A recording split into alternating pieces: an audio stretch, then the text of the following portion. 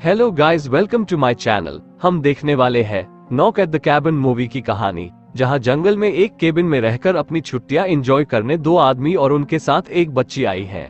आगे वहां चार अनजान लोग हथियार लेकर आते हैं और जिसके बाद उन दोनों को बंधक बनाया जाता है। उन चारों का कहना है वो अपोकलिप्स यानी कयामत को टालने के लिए आए हैं। इसे सिर्फ तुम ही लोग रोक सकते हो। आगे बढ़ने से पहले प्लीज चैनल को सब्सक्राइब करना ना भूलिएगा। बिना देरी किए कहानी की ओर बढ़ते हैं। कहानी की शुरुआत में हम वेन को देखते हैं जो ग्रासहॉपर मतलब टिड्डी पकड़ रही होती। तभी उसके खेल के बीच एक आदमी वेल की तरफ आता है जिसका नाम लेनर्ड है।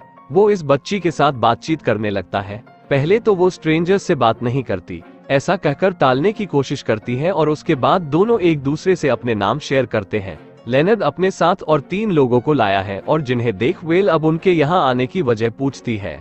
लेनर्ड कहता है कि वो और उसके दोस्त किसी खास कारण से आए हैं, जिसके बाद वो वेन से सॉरी कहता है क्योंकि आज उन्हें एक बहुत मुश्किल फैसला लेना है। उसके ऐसा कहने का कारण वेन याद रखे कि वो उसका फ्रेंड है, ना कि दुश्मन। अब वेन उन चारों के पास अजीब से हथियार देखकर डर जाती है और वो तुरंत अपने घर की तरफ भागती है। उसके दोनों डैड एरिक और एंड्रू घर के पीछे होते हैं। वो तीनों यहाँ पर छुट्टियां मनाने आए थे। उन्हें अब वो घर के अंदर चलने कहती है। उसके पीछे आकर लेनर्ड वेन को आवाज लगाता है और अपने डैड को बाहर भेजने कहता है।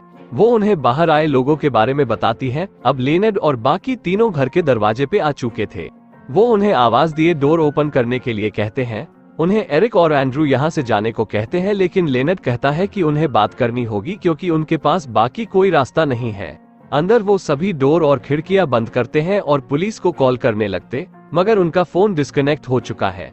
लेकिन तभी उनमें से एक आदमी घर के अंदर डोर तोड़कर घुसाने की कोशिश करता है। इधर एक औरत किचन की खिड़की से अंदर आती है। उसकी और एरिक की झड़प होने के बाद एरिक के गिरने से उसके सर पर चोट आ जाती है और उस आदमी के अंदर आने के बाद उनकी लड़ाई होती, जिसमें एंड्रू उस आदमी को पीटता है और इसके साथ लेनर्ड भी बेसमेंट से होकर ऊपर आता है। आगे हमें फ्लैशबैक में एरिक के मॉम और डैड की मीटिंग जब एंड्रू के साथ होती है तब वो उन्हें अपनाने से मना करते हैं। जिसके बाद हम एरिक और एंड्रू को बंधा हुआ देखते हैं, जहां उन 4 लोगों में से एक औरत उसकी मरहम पट्टी कर उसे रिलैक्स होने कहती है क्योंकि वो एक नर्स है। वो चोट के लिए माफी मांगते हैं और साथ ही साथ उनका कहना है वो लोग भी उन्हीं की तरह आम इंसान है, उन्हें ये सब मजबूरी में करना पड़ रहा है। जिसके बाद एंड्रू उन सबको काफी भला बुरा कहता है क्योंकि उन्हें लगता है कि ये होमोफोबिया के तहत उन्हें टारगेट कर रहे हैं। वो उन्हें सफाई देते हुए कहते हैं कि उन्हें पता नहीं था वो सेम जेंडर वाले कपल से मिलने वाले हैं। इसके बाद जहां ये सब अपना इंट्रोडक्शन देते हैं, इनमें से ये औरत का नाम सबरीना है जो एक पेशे से नर्स थी। फिर एक आदमी जिसका नाम रेडमंड है, वो एक गैस कंपनी में काम करता था। और फिर आती है दूसरी औरत एड्रियन जो पेशे से एक कुक है। आखिर में लेनर्ड जो एक स्कूल में टीचर का काम करता है। सभी लोग बताते हैं कि ये सब एक खास मकसद से यहाँ आए हैं और इनका काम दुनिया को भयानक तबाही से बचाने का है और उस अपोकलिप्स यानी कयामत को रोकने के लिए इनकी फैमिली में से किसी एक को अपनी जान देनी होगी। वो चारों इस काम के लिए चुने गए हैं क्योंकि उन सबको एक ही जैसे विजन आते थे। इन सब के बीच उन्होंने दुनिया को प्लेग, सुनामी और वायरस से बर्बाद होते देखा था और जिसमें सभी की जान चली गई। उसे रोकने के लिए उन्हें जंगल में इस घर में रहने वाले परिवार की तरफ इशारा किया गया। अब जाहिर सी बात है कि एरिक और एंड्रू को उनकी बात पर भरोसा नहीं होता। वो यहाँ पर क्यों आए हैं, आखिर हमसे चाहते क्या हो, इसके पीछे की तुम्हारी मंशा क्या है, ये उनसे पूछते हैं। इसमें अब लेनर्ड उनसे कहता है कि हर कुछ दशक में पृथ्वी पर एक ऐसा वक्त आता है जब किसी ना किसी को दुनिया बचाने के लिए खुद की कुर्बानी देनी पड़ती है। अब की बार उनके परिवार में से एक शख्स को ये काम करने के लिए चुना गया है। ये सब बातें सुनकर उनका कहना है उन्हें पता है कि वो सभी किसी न किसी ग्रुप के लोग हैं जो उन्हें बदलने आए हैं। चाहे कुछ भी हो जाए वो अपने परिवार को बिखरने नहीं देंगे। अब सभी लोग अपनी अपनी घड़ी में देख समय हो चुका कहते हैं। उसके बाद रेडमंड आगे आता है और अपने घुटने टेक कर अपना हथियार नीचे रखते हुए एंड्रू से कहता है कि अगर उन्होंने अपने परिवार में से किसी एक को नहीं चुना तो दुनिया का अंत हो जाएगा। ये फैसला उनके हाथ में है। वो उसे साफ साफ मना कर देते हैं। रेडमंड कहता है कि उसके मरते ही दुनिया पर एक प्लेग आ जाएगा जिसके जिम्मेदार वो लोग होंगे और तुम लोग मुझे छोड़कर इधर उधर मत देखना। कहकर वो सफेद कपड़ा मुंह पर लगाता आगे part of humanity has been judged कहकर लेनर्ड यहाँ रेडमंड के सर में हथियार से वार कर उसे मार डालता है। इसके बाद एरिक और उसका परिवार पूरी तरह शॉक रह जाता है और लेनर्ड को भी उल्टियां होने लगी, लेकिन वो खुद को संभालते हुए टीवी ऑन करता है। वहां अब न्यूज पर भूकंप और सुनामी से कई लोगों की जान जाने की खबर चलती है। जैसे कई बार सबरीना और एड्रियन ने अपने विजन में न्यूज पर देखा था, ठीक वैसे ही अभी उन्हें दिखाई दे रहा है। जब तक इनके परिवार में से कोई अपनी कुर्बानी नहीं देगा तब तक ये मातम चलता रहेगा और वो लोग चाहकर भी इसे रोक नहीं पा सकते हैं। सीन के फ्लैशबैक में हमें अनाथ आश्रम दिखाया गया, जहां एरिक और एंड्रू झूठ का सहारा लेकर वेन को गोद लेते हैं क्योंकि ये लोग गे होने की वजह से बच्चा गोद नहीं ले पा रहे थे। सीन वापस अपनी जगह आता है, जिसमें एंड्रू को उनकी बकवास पे बिल्कुल भरोसा नहीं होता। दुनिया में कुछ भी हो, उन्हें उससे कुछ लेना देना नहीं है। एरिक की हालत बाहर से आने वाली रोशनी से खराब होने लगी थी और उसी के चलते सबरीना उसकी पट्टी करने के लिए उसे अंदर ले जाती है। आगे वो उसे बताती है कि उसे भी इन विजन पर भरोसा नहीं था। पहले तो कभी वो चच भी नहीं जाती थी, पर एक दिन उसे यकीन हो गया कि हमसे बड़ी कोई शक्ति भी इस दुनिया में मौजूद है। उसका कहना है, जब वो विजन को फॉलो करते हुए बाकी तीनों से मिली तो उन्होंने ठीक वैसे ही कपड़े भी पहन रखे थे जैसा उसने अपने विजन में देख रखे थे, और उसी के साथ वो एरिक को उसी शक्ति पर भरोसा करने की सलाह देती है। एरिक के बाहर आने के बाद एंड्रू का उससे कहना है, वैसे देखा जाए तो भूकंप अब से 4 घंटे पहले आ चुका था। देखा जाए तो इसका मतलब ये लोग उसकी न्यूज देख चुके होंगे।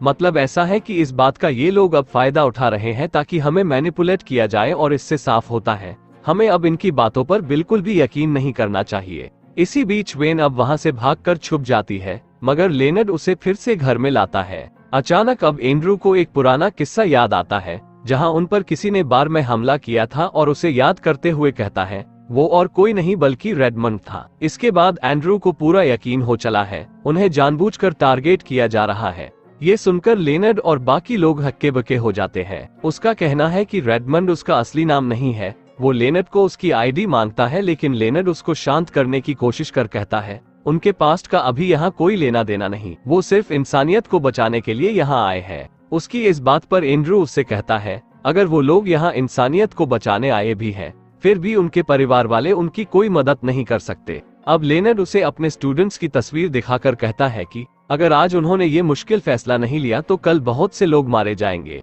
आगे एंड्रू और एरिक उनसे सोचने के लिए वक्त मांगते हैं और दूसरा दिन निकल आता है, जिसमें एड्रियन वेन को खाना खिलाती है। अब एरिक वेन की मदद लेकर अपने हाथ खोलने में जुट जाता है। एड्रियन अब उनके फैसले के बारे में जानना चाहती है। इस पर एरिक कहता है कि उसने कल रेडमंड की मौत के वक्त उसने उसके पीछे रोशनी की किरण देखी थी, और एंड्रू उसको समझाता है ये लोग इस बात का फायदा उठाना चाहते हैं। ये सब उसके सर पर चोट लगने की वजह से ऐसा लग रहा होगा। और तब उनकी बात सुनकर एड्रियन कहती है कि उसका एक छोटा बेटा है और उसने अपने सपने में उसे कई बार मरते हुए देखा है।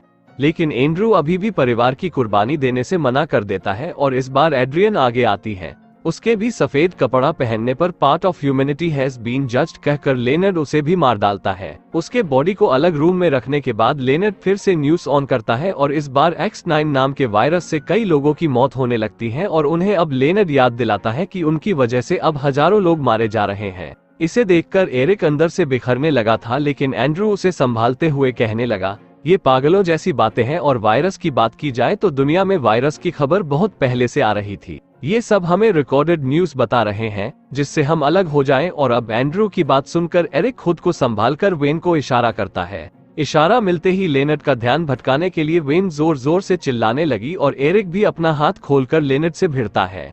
वही अब एंड्रू भी बाहर की तरफ भागता है। सबरीना भी उसके पीछे जाती है, और वो अपने गाड़ी में रखे बॉक्स से एक गन निकालने की कोशिश करता है। इसी के बीच सबरीना उसे रोकने के लिए उसके पेट में वार करती है। अपनी जान बचाने के लिए एंड्रू सबरीना को गोली मारता है, और वो घर के अंदर आकर एरिक के साथ वेन को बचाता है और लेनर्ड को एक बाथरूम में बंद कर देता है। पर लेनर्ड भी चालाक होता है, वो खिड़की तोड़कर बाहर निकलकर भागा हुआ दिखता है, लेकिन एंड्रू के देखने पर वो वही छुपा होता है, और जिसके बाद वो उन लोगों पर फिर से हावी हो जाता है। इस बीच हम फिर से फ्लैशबैक में उन्हें गए देखते हैं, जब एंड्रू के सर पर कोई बॉटल मारता है, तब उसी वजह से उसने गन खरीदकर चलाना सीखा था। हम फिर से प्रेजेंट में आते हैं। सबरीना मर चुकी है, लेकिन लेनर्ड उसके मुंह पर सफेद कपड़ा लगाए वापस part of humanity has been judged कहकर फिर उसे मार डालता है। उनकी कहीं बातें अब सच होते दिखाई देने लगी। अभी तक उन्होंने जो भी कहा है वो सच है, और उन्हें उसकी बातों पर भरोसा नहीं। तो लेनर्ड उन्हें टीवी ऑन करने कहता है। फिर से नई आपत्ति आ चुकी थी। पूरे अर्थ में हजारों प्लेन क्रैश होने लगे थे, जिसमें लाखों लोगों की मौत भी होने लगी। उन्हें यकीन दिलाने के लिए लेनर्ड न्यूज रिपोर्टर के बोलने से पहले उसके बोले जाने वाले वर्ड के वर्ड बराबर बोलता है, और वो भी उसी के रुकने की जगह सेम टू सेम। ये बात तो साफ साफ दिखाई देने लगी थी। इसे इसके बारे में पहले से पता है। लेकिन एंड्रू अभी भी लेनर्ड से पूछने लगा कि तुम्हें इस बात के बारे में पहले से कैसे पता है, और वो उसे जवाब दिए बिना बाहर आकर कुर्सी पर बैठ जाता है। साथ ही उनसे ये भी कहता है, अब मेरी बारी है, अगर मैं भी मर जाऊं तो तुम दोनों के पास कुछ ही मिनट बाकी होंगे। ये सभी बर्बादी रोकने के लिए वो दोनों सोच समझकर फैसला करें। उन्हें अब इस बात से डर लगने लगा था। तब एरिक और एंड्रू वेन को ट्री हाउस में जाने के लिए कहते हैं और वो ट्री हाउस पे चले जाती है। आखिरी बार लेनर्ड वही दोहराता है, part of humanity has been जज, ऐसा कहकर खुद का गला चाकू से काट देता है। और उसके मरने के बाद हम आसमान में काले बादल आकर प्लेन को क्रैश होता देखते हैं। एंड्रू एरिक को लेने घर के अंदर आता है, लेकिन एरिक उसके साथ चलने के लिए मना कर देता है। उसका कहना है कि अब उसे अपने विजन पर पूरा भरोसा हो गया है। उसके हिसाब से उसने लेनर्ड के पीछे एक सफेद चीज देखी थी।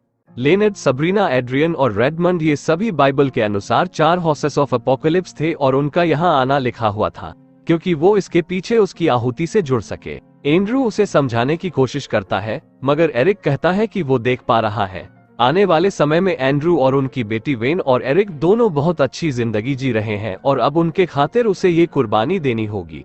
इसके बाद हम केबिन में एक गोली की आवाज सुन पाते हैं। इसका मतलब अब एरिक की जान जा चुकी थी और उनके घर को आग भी लग जाती है और आसमान भी साफ हो जाता है। आगे अब एंड्रू वेन को लेकर एक कार में बैठता है। दोनों भी आगे वाले कैफे में जाते हैं और वहां इस आपत्ति के बारे में टीवी पर न्यूज आ रही होती है। साथ ही में अभी अभी कुछ प्लेन क्रैश हुए थे, उनमें कई लोगों की जान बचने लगी और इतना ही नहीं, सुनामी और भूकंप भी आने रुक जाते हैं। साथ ही साथ X9 वायरस भी कंट्रोल में आ चुका है और सारी दुनिया इसे अब मैजिक समझने लगी। आखिरी में एंड्रू कार में चारों के बैग चेक करता है, उसमें रेडमंड की जानकारी छोड़ दी जाए तो उनकी सभी जानकारी सही पाई जाती है। उसी के साथ कहानी यहीं खत्म हुई। आपने अभी तक सब्सक्राइब नहीं किया तो कर ले और उसके साथ लाइक, कमेंट और शेयर करना ना भूले। Thank you for watching.